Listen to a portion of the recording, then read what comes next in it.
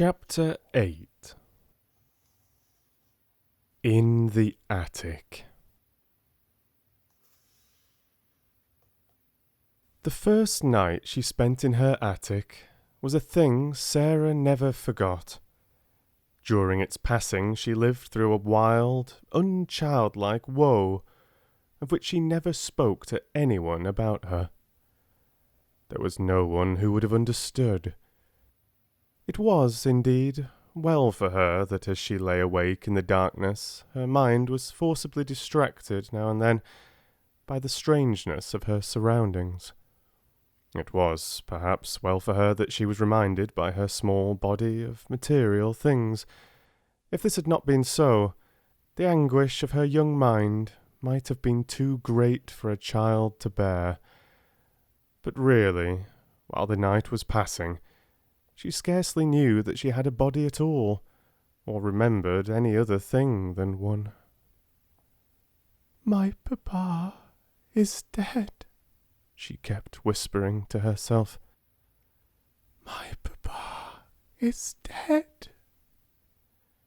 It was not until long afterward that she realized that her bed had been so hard that she turned over and over in it to find a place to rest, that the darkness seemed more intense than any she had ever known, and that the wind howled over the roof among the chimneys like something which wailed aloud. Then there was something worse. This was certain scufflings and scratchings and squeakings in the walls and behind the skirting boards. She knew what they meant, because Becky had described them. They meant rats and mice, who were either fighting with each other or playing together. Once or twice she even heard sharp-toed feet scurrying across the floor, and she remembered in those after days, when she recalled things, that when first she heard them she started up in bed and sat trembling, and when she lay down again, covered her head with the bedclothes. The change in her life did not come about gradually, but was made all at once. "She must begin as she is to go on," Miss Minchin said to Miss Amelia. "She must be taught at once what she is to expect." Mariette had left the house the next morning. The glimpse Sarah caught of her sitting room as she passed its open door showed her that everything had been changed. Her ornaments and luxuries had been removed, and a bed had been placed in a corner to transform it into a new pupil's bedroom. When she went down to breakfast, she saw that her seat at Miss Minchin's side was occupied by Lavinia, and Miss Minchin spoke to her coldly. "You will begin your new duties, Sarah," she said, "by taking your seat with the younger children at a smaller table. You must keep them quiet and see that they behave well and do not waste their food. You ought to have been down earlier. Lottie has already upset her tea." That was the beginning, and from day to day the duties given to her were added to. She taught the younger children French and heard their other lessons, and these were the least of her labours. It was found that she could be made of use in numberless directions.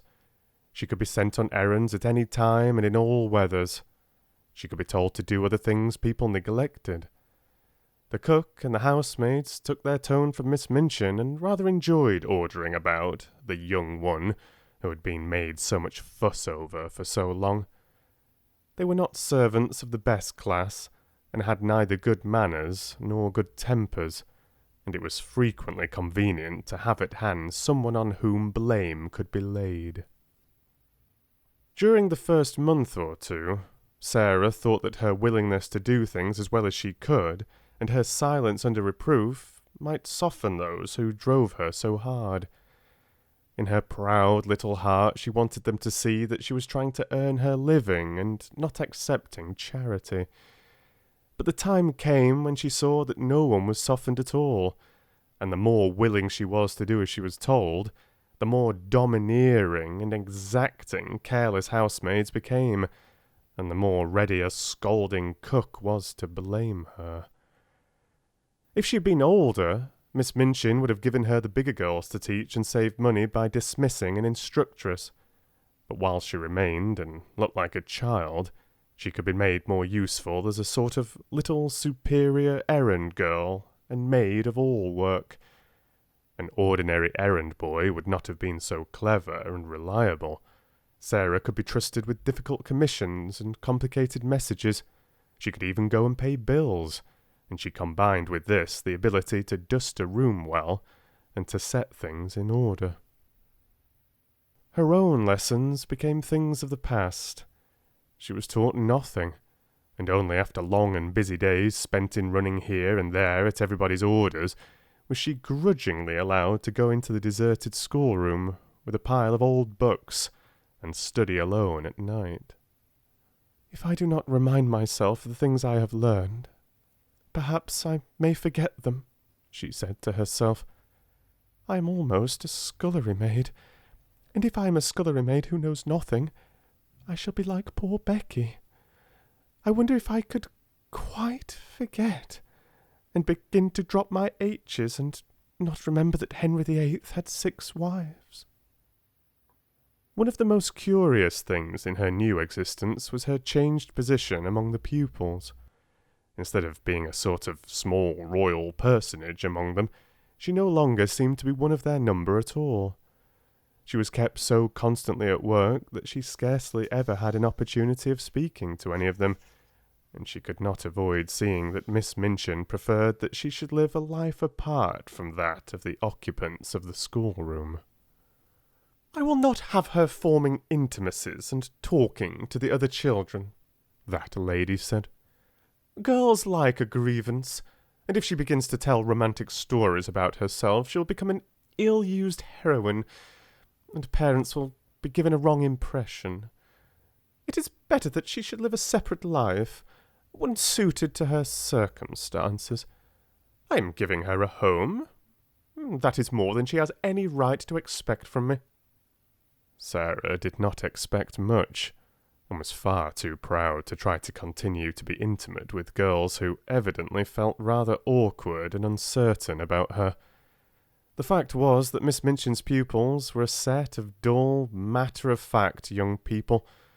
They were accustomed to being rich and comfortable, and as Sarah's frocks grew shorter and shabbier and queerer looking, and it became an established fact that she wore shoes with holes in them, and was sent out to buy groceries and carry them through the streets in a basket on her arm when the cook wanted them in a hurry, they felt rather as if, when they spoke to her, they were addressing an underservant. To think that she was the girl with the diamond mines, Lavinia commented. She does look an object. And she's queerer than ever.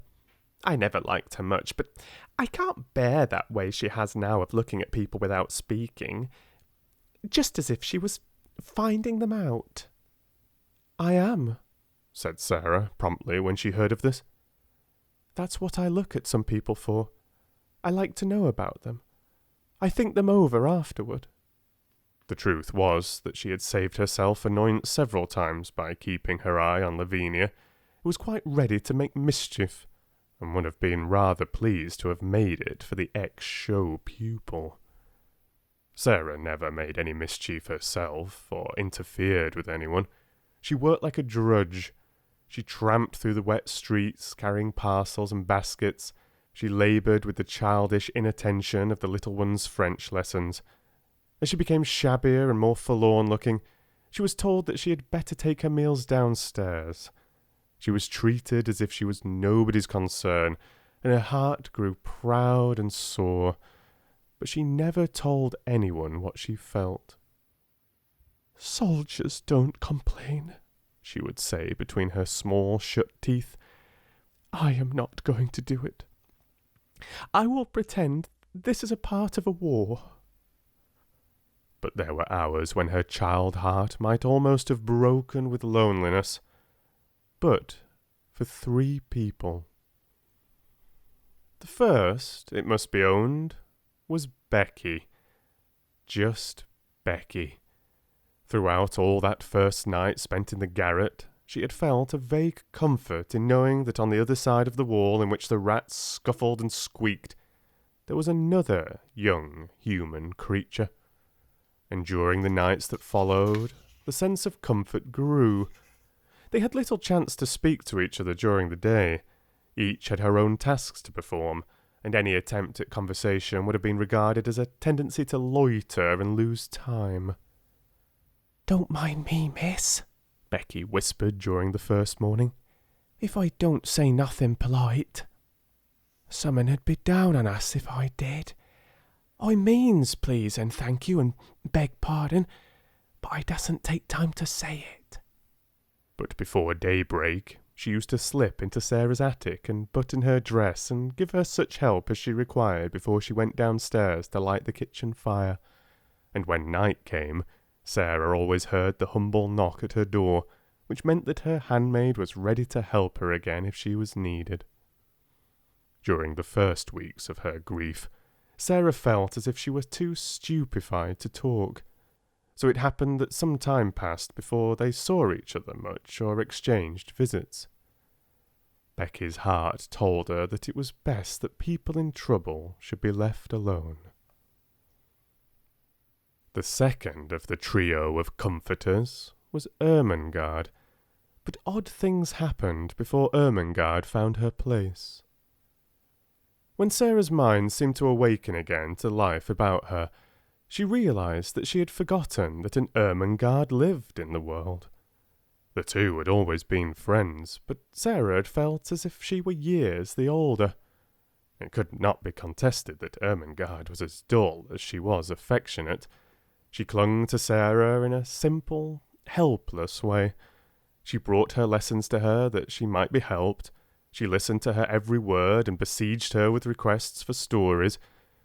But she had nothing interesting to say herself, and she loathed books of every description.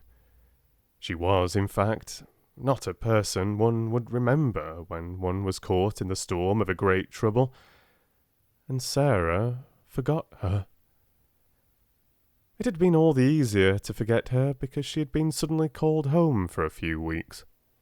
When she came back, she did not see Sarah for a day or two, and when she met her for the first time, she encountered her coming down a corridor with her arms full of garments which were to be taken downstairs to be mended. Sarah herself had already been taught to mend them. She looked pale and unlike herself, and she was attired in the queer, outgrown frock whose shortness showed so much thin black leg. Ermengarde was too slow a girl to be equal to such a situation. She could not think of anything to say.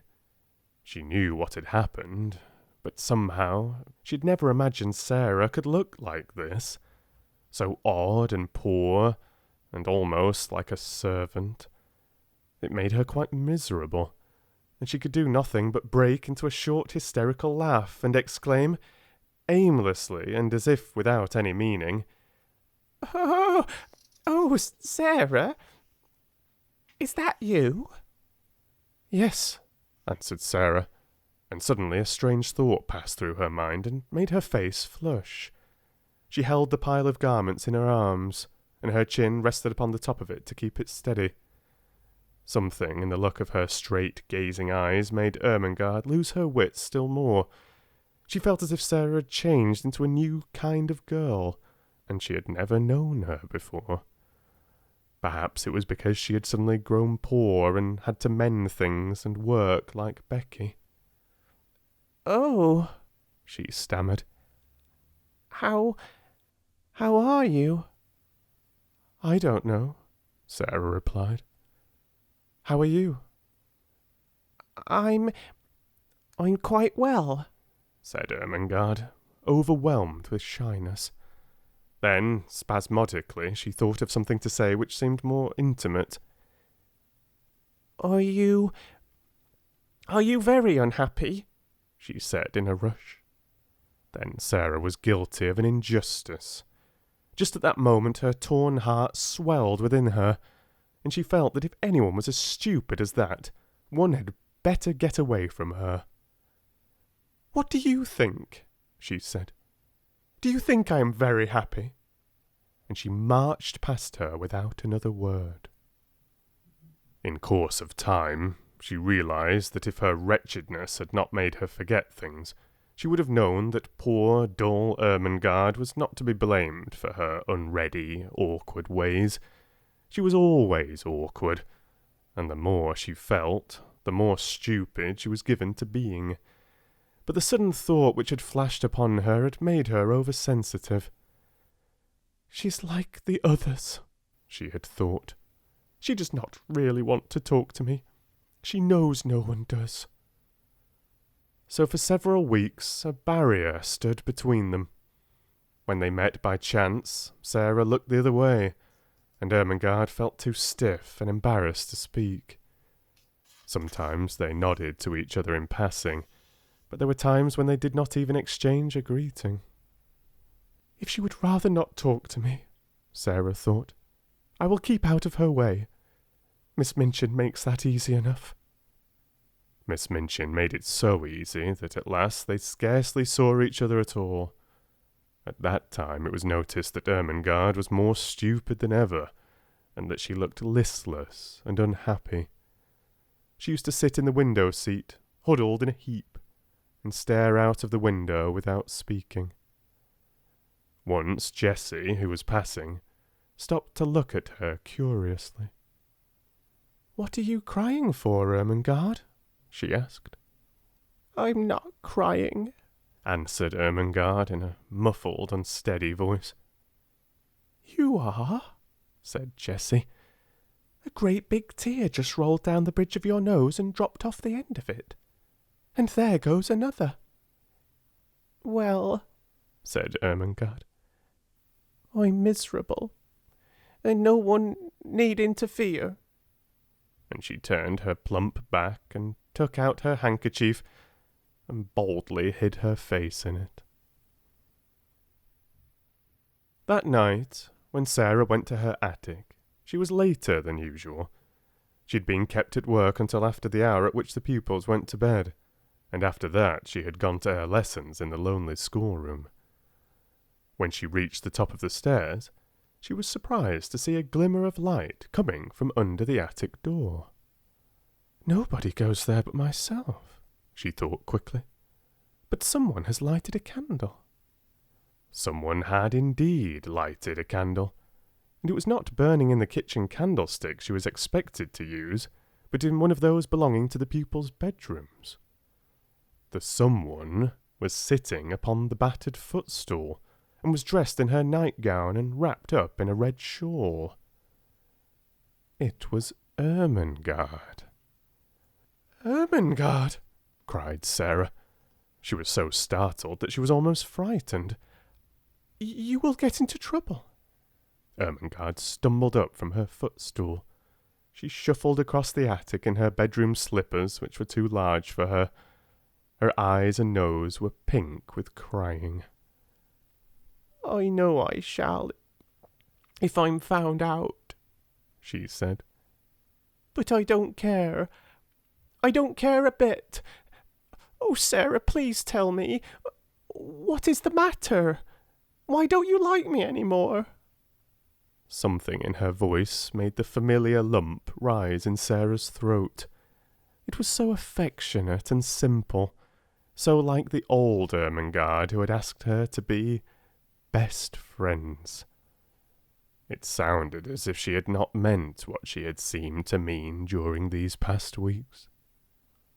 "I do like you," Sarah answered. "I thought... You see, everything is different now. I thought you were different." Ermengarde opened her wet eyes wide. "Why, it was you who were different," she cried. "You didn't want to talk to me. I didn't know what to do. It was you who were different after I came back." Sarah thought a moment. She saw she had made a mistake. "I am different," she explained, "though not in the way you think. Miss Minchin does not want me to talk to the girls. Most of them don't want to talk to me.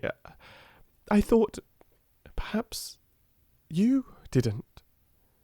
So I tried to keep out of your way. Oh, Sarah! Ermengarde almost wailed in her reproachful dismay, and then, after one more look, they rushed into each other's arms. It must be confessed that Sarah's small black head lay for some minutes on the shoulder covered by the red shawl. When Ermengarde had seemed to desert her, she had felt horribly lonely. Afterward, they sat down upon the floor together, Sarah clasping her knees with her arms, and Ermengarde rolled up in her shawl. Ermengarde looked at the odd, big-eyed little face adoringly. I couldn't bear it any more, she said. I dare say you could live without me, Sarah, but I couldn't live without you. I was nearly dead. So tonight, when I was crying under the bedclothes, I thought all at once of creeping up here and just begging you to let us be friends again. You are nicer than I am, said Sarah. I was too proud to try and make friends. You see, now that trials have come, they have shown that I am not a nice child. I was afraid they would. Perhaps, wrinkling her forehead wisely, that is what they were sent for. I don't see any good in them, said Ermengarde stoutly. Neither do I, to speak the truth, admitted Sarah frankly. But I suppose there might be good in things even if we don't see it. There might, doubtfully, be good in Miss Minchin. Ermengarde looked round the attic with a rather fearsome curiosity. Sarah, she said, do you think you can bear living here? Sarah looked round also. If I pretend it's quite different, I can, she answered. Or if I pretend it is a place in a story. She spoke slowly. Her imagination was beginning to work for her. It had not worked for her at all since her troubles had come upon her. She felt as if it had been stunned. Other people have lived in worse places. Think of the Count of Monte Cristo in the dungeons of the Chateau d'If. And think of the people in the Bastille. The Bastille, half whispered Ermengarde, watching her and beginning to be fascinated. She remembered stories of the French Revolution which Sarah had been able to fix in her mind by her dramatic relation of them. No one but Sarah could have done it. A well-known glow came into Sarah's eyes. Yes, she said, hugging her knees. That will be a good place to pretend about. I am a prisoner in the Bastille. I have been here for years and years and years, and everybody has forgotten about me. Miss Minchin is the jailer, and Becky, a sudden light adding itself to the glow in her eyes, Becky is the prisoner in the next cell. She turned to Ermengarde, looking quite like the old Sarah. I shall pretend that, she said, and it will be a great comfort.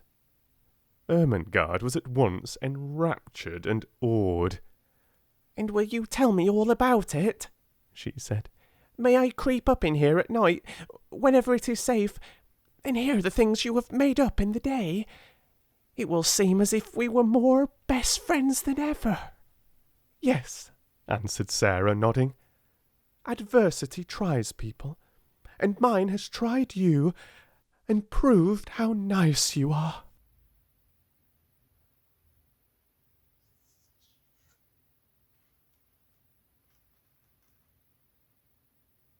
Chapter 9. Melchizedek. The third person in the trio was Lottie. She was a small thing and did not know what adversity meant, and was much bewildered by the alteration she saw in her young adopted mother. She had heard it rumoured that strange things had happened to Sarah, but she could not understand why she looked different, why she wore an old frock and came into the schoolroom only to teach, instead of to sit in her place of honour and learn lessons herself. There had been much whispering among the little ones when it had been discovered that Sarah no longer lived in the rooms in which Emily had so long sat in state. Lottie's chief difficulty was that Sarah said so little when one asked her questions.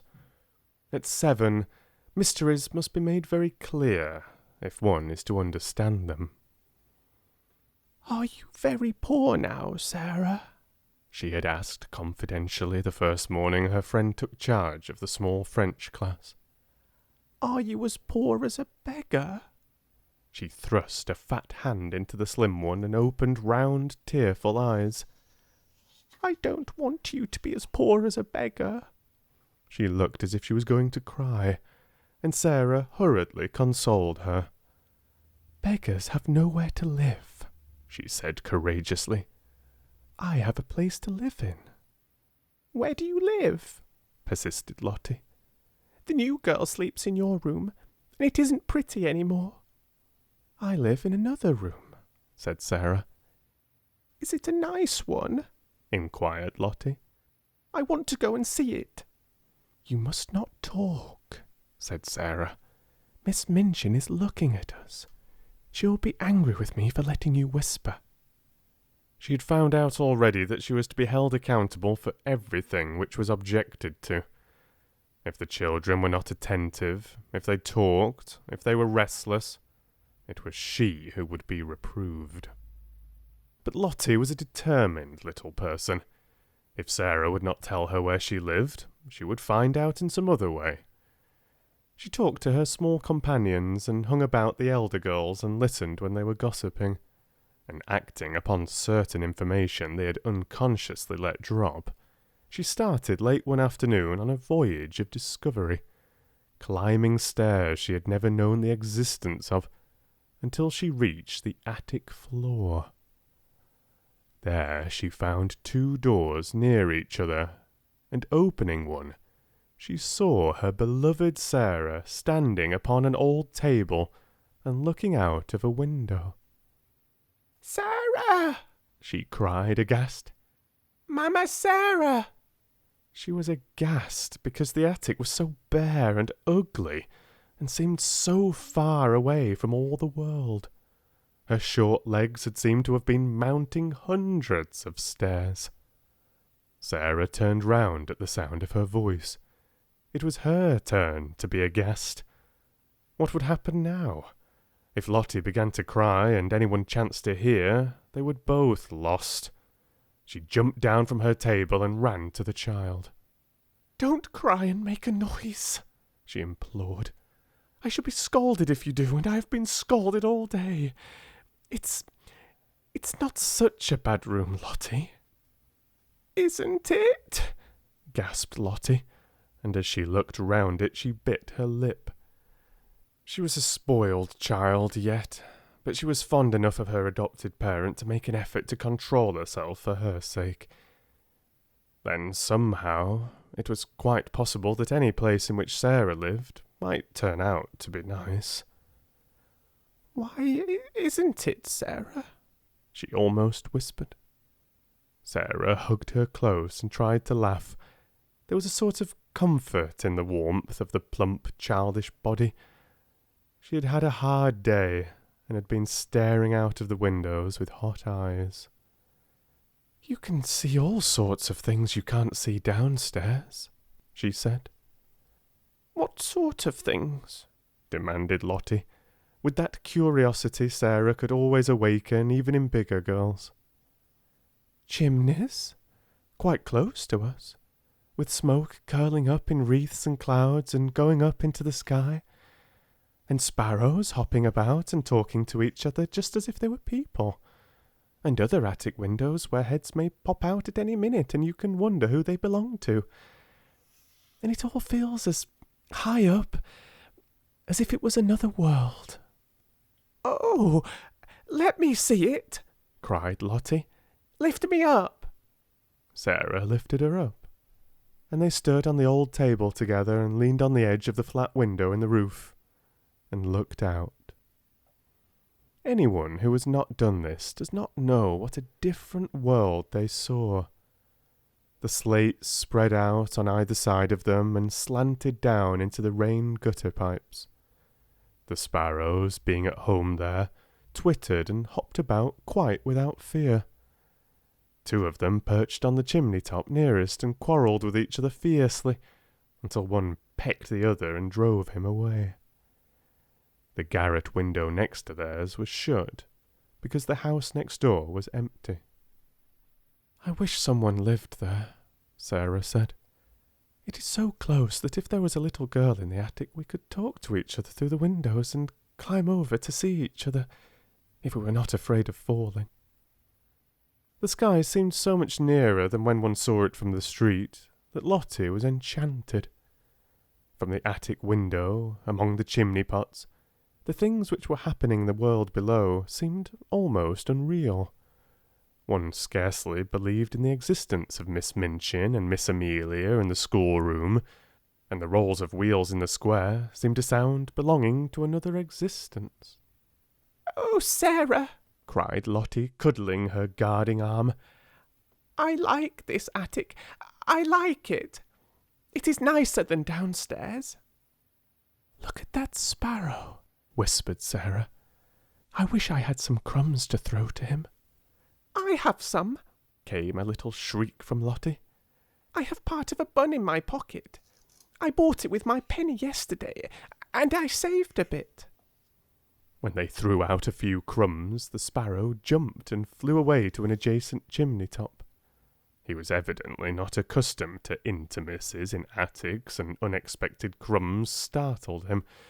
But when Lottie remained quite still, and Sarah chirped very softly, almost as if she were a sparrow herself, he saw that the thing which had alarmed him represented hospitality after all. He put his head on one side, and from his perch on the chimney looked down at the crumbs with twinkling eyes. Lottie could scarcely keep still. "Will he come? Will he come?" she whispered. "His eyes look as if he would," Sarah whispered back. "He is thinking and thinking whether he dare. Yes, he will. Yes, he is coming." He flew down and hopped towards the crumbs, but stopped a few inches away from them, putting his head on one side again, as if reflecting on the chances that Sarah and Lottie might turn out to be big cats and jump on him. At last his heart told him they were really nicer than they looked, and he hopped nearer and nearer, darted at the biggest crumb with a lightning peck, seized it, and carried it away to the other side of his chimney. "Now he knows," said Sarah, "and he will come back for the others." He did come back, and he even brought a friend, and the friend went away and brought a relative, and among them they made a hearty meal over which they twittered and chattered and exclaimed, stopping every now and then to put their heads on one side and examine Lottie and Sarah. Lottie was so delighted that she quite forgot her first shocked impression of the attic. In fact, when she was lifted down from the table and returned to earthly things, as it were, Sarah was able to point out to her many beauties in the room which she herself would not have suspected the existence of. "It is so little and so high above everything," she said, "that it is almost like a nest in a tree. The slanting ceiling is so funny. See, you can scarcely stand up at this end of the room, and when the morning begins to come I can lie in bed and look right up into the sky through that flat window in the roof. It is like a square patch of light. If the sun is going to shine, little pink clouds float about, and I feel as if I could touch them. And if it rains, the drops patter and patter as if they were saying something nice. Then if there are stars, you can lie and try to count how many go into the patch. It takes such a lot. And just look at that tiny rusty grate in the corner. If it was polished and there was a fire in it, just think how nice it would be. You see, it's really a beautiful little room." She was walking round the small place, holding Lottie's hand and making gestures which described all the beauties she was making herself see. She quite made Lottie see them too. Lottie could always believe in the things Sarah made pictures of. "You see," she said, "there could be a thick, soft blue Indian rug on the floor, and in that corner there could be a soft little sofa with cushions to curl up on, and just over it could be a shelf full of books so that one could reach them easily. And there could be a fur rug before the fire, and hangings on the wall to cover up the whitewash, and pictures. They would have to be little ones, but they could be beautiful. And there could be a lamp with a deep rose-coloured shade, and a table in the middle with things to have tea with, and a little fat copper kettle singing on the hob. And the bed could be quite different. It could be made soft and covered with a lovely silk coverlet. It could be beautiful. And perhaps we could coax the sparrows until we made such friends with them that they would come and peck at the window and ask to be let in." "Oh, Sarah," cried Lottie, "I should like to live here." When Sarah had persuaded her to go downstairs again, and after setting her on her way had come back to her attic, she stood in the middle of it and looked about her. The enchantment of her imaginings for Lottie had died away. The bed was hard and covered with its dingy quilt. The whitewashed wall showed its broken patches. The floor was cold and bare. The grate was broken and rusty, and the battered footstool tilted sideways on its injured leg, the only seat in the room. She sat down on it for a few minutes and let her head drop in her hands.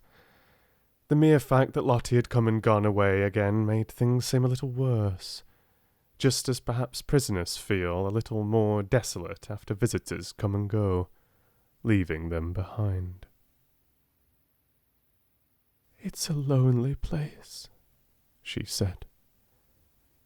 "Sometimes it's the loneliest place in the world." She was sitting in this way when her attention was attracted by a slight sound near her. She lifted her head to see where it came from, and if she had been a nervous child, she would have left her seat on the battered footstool in a great hurry. A large rat was sitting up on its hindquarters and sniffing the air in an interested manner. Some of Lottie's crumbs had dropped upon the floor, and their scent had drawn him out of his hole. He looked so queer and so like a grey-whiskered dwarf or gnome that Sarah was rather fascinated. He looked at her with his bright eyes as if he were asking a question. He was evidently so doubtful that one of the child's queer thoughts came into her mind.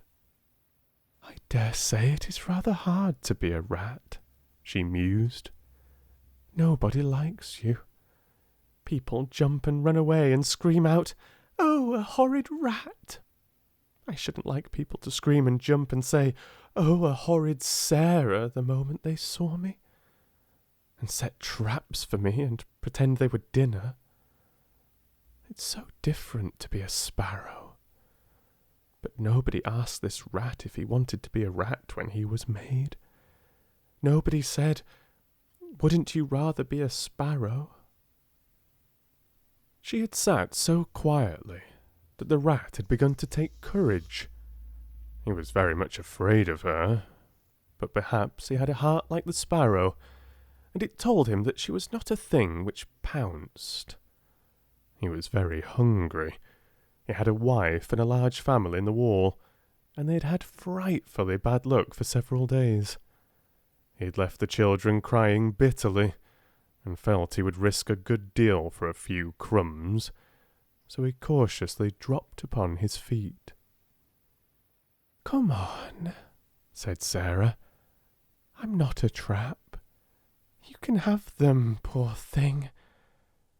prisoners in the Bastille used to make friends with rats.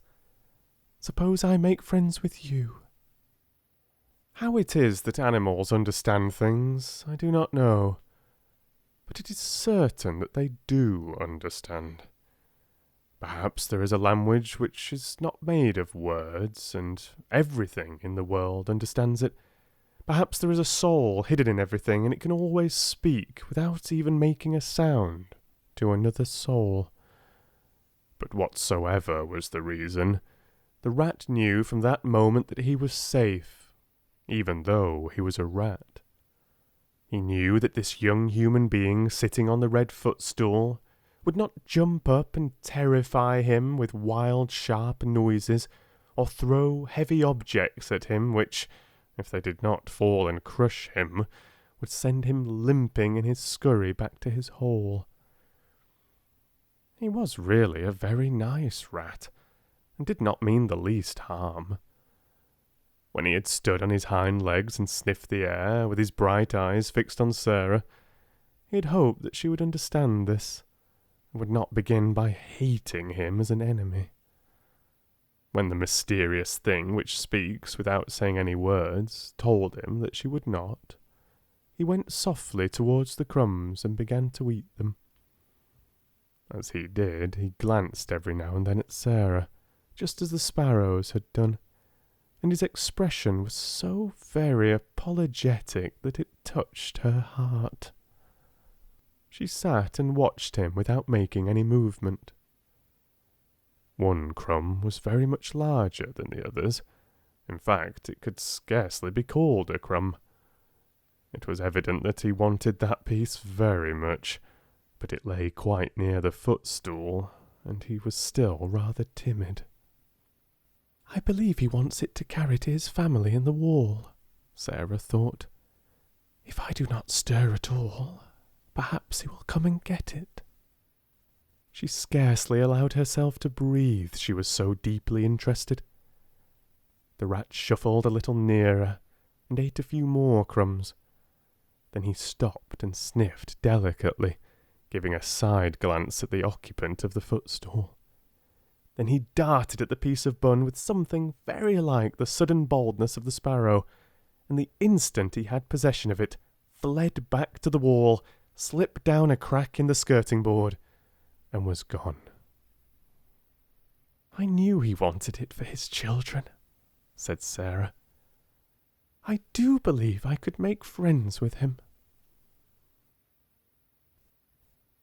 A week or so afterward, on one of the rare nights when Ermengarde found it safe to steal up to the attic, when she tapped on the door with the tips of her fingers, Sarah did not come to her for 2 or 3 minutes. There was, indeed, such a silence in the room at first that Ermengarde wondered if she could have fallen asleep. Then, to her surprise, she heard her utter a little low laugh and speak coaxingly to someone. There, Ermengarde heard her say. Take it and go home, Melchizedek. Go home to your wife. Almost immediately Sarah opened the door, and when she did so she found Ermengarde standing with alarmed eyes upon the threshold. Who are you talking to, Sarah? She gasped out. Sarah drew her in cautiously, but she looked as if something pleased and amused her. You must promise not to be frightened, not to scream the least bit, or I can't tell you, she answered. Ermengarde felt almost inclined to scream on the spot, but managed to control herself. She looked all round the attic and saw no one, and yet Sarah had certainly been speaking to someone. She thought of ghosts. Is it something that will frighten me? She asked timorously. Some people are afraid of them, said Sarah. I was at first, but I am not now. Was it a ghost? Quaked Ermengarde. No, said Sarah, laughing. It was my rat.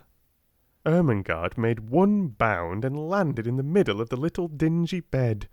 She tucked her feet under her nightgown and the red shawl. She did not scream, but she gasped with fright. "Oh, oh!" she cried under her breath. "A rat!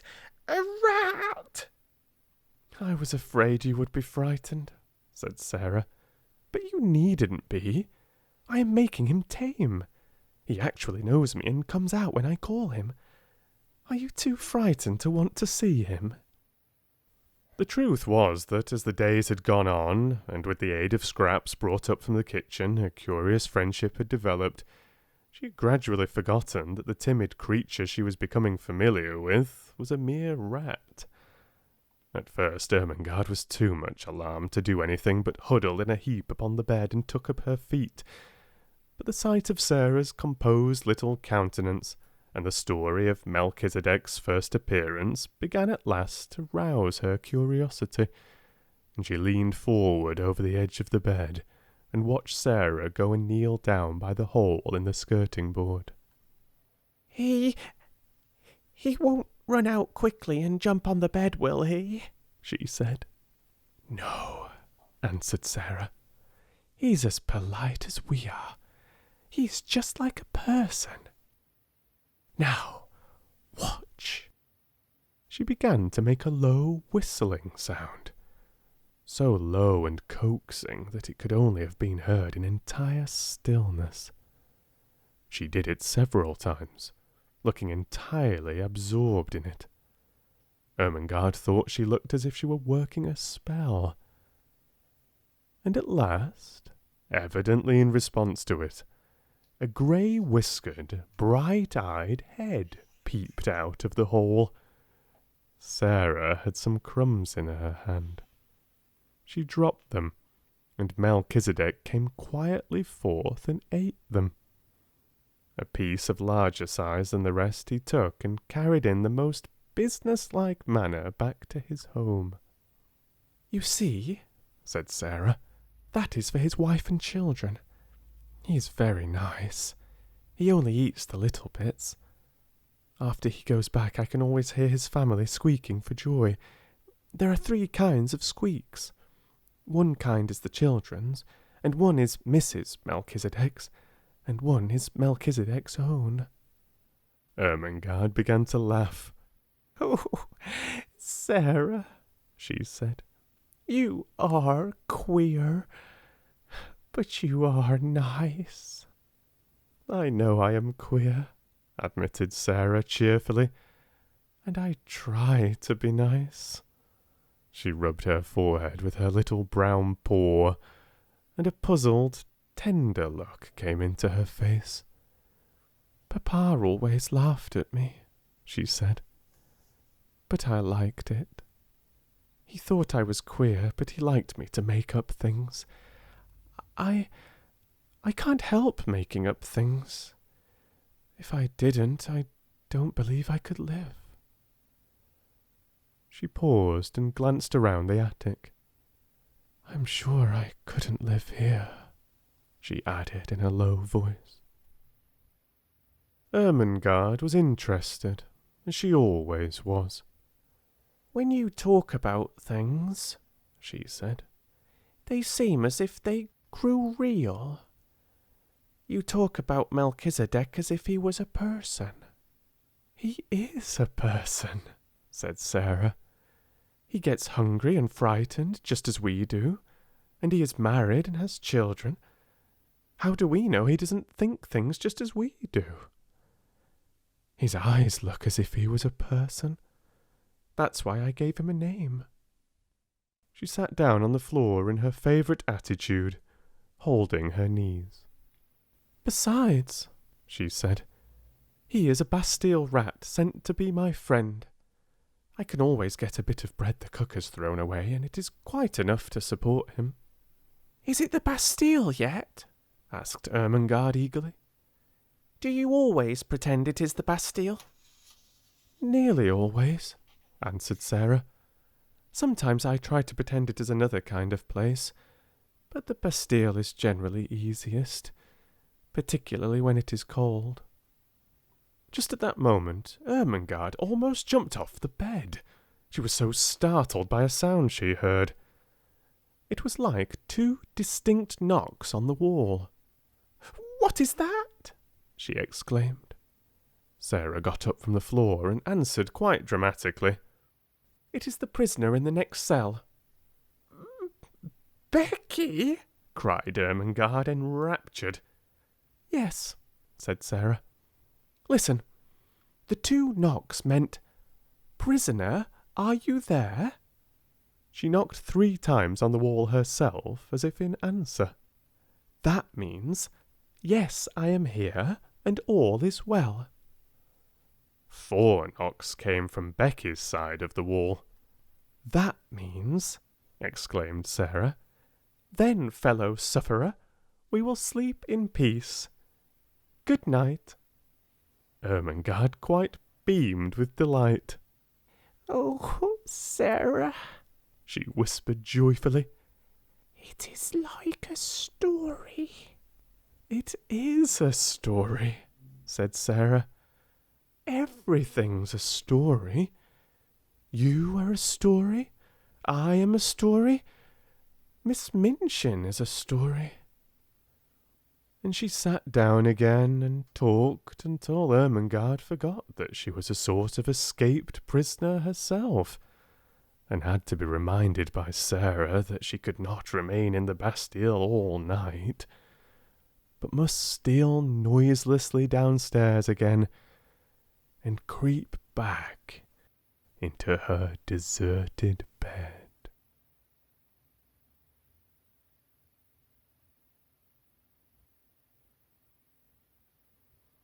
And there we have it. 2 more charming chapters of A Little Princess. It was lovely to be back recording this again. I really hope you enjoyed it. If you did, please do leave the video a like, and as always, leave a comment with your thoughts and feelings. And I've got to say, after such a heart-wrenching chapter 7, it was nice to have a little bit more positivity in chapters 8 and 9 there. I mean, still not easy for Sarah by any means. That was a tough little encounter with Ermengarde. But Ermengarde did come good, didn't she? She was brave, and she did what a lot of friends, I think, couldn't in that situation. And she really did help Sarah get back on her feet to some extent. And I loved those little moments with Melchizedek and the sparrows. Something that I think Frances Hodgson Burnett does so well.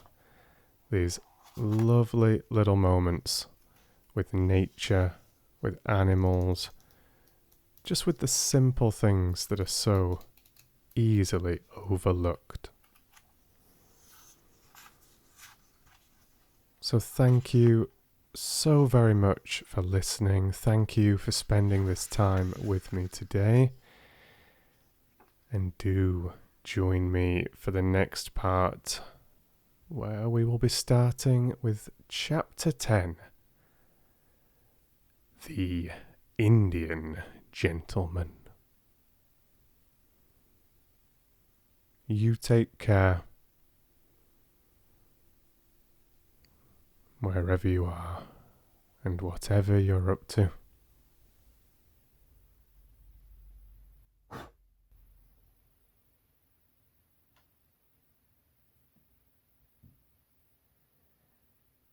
And I'll read to you soon.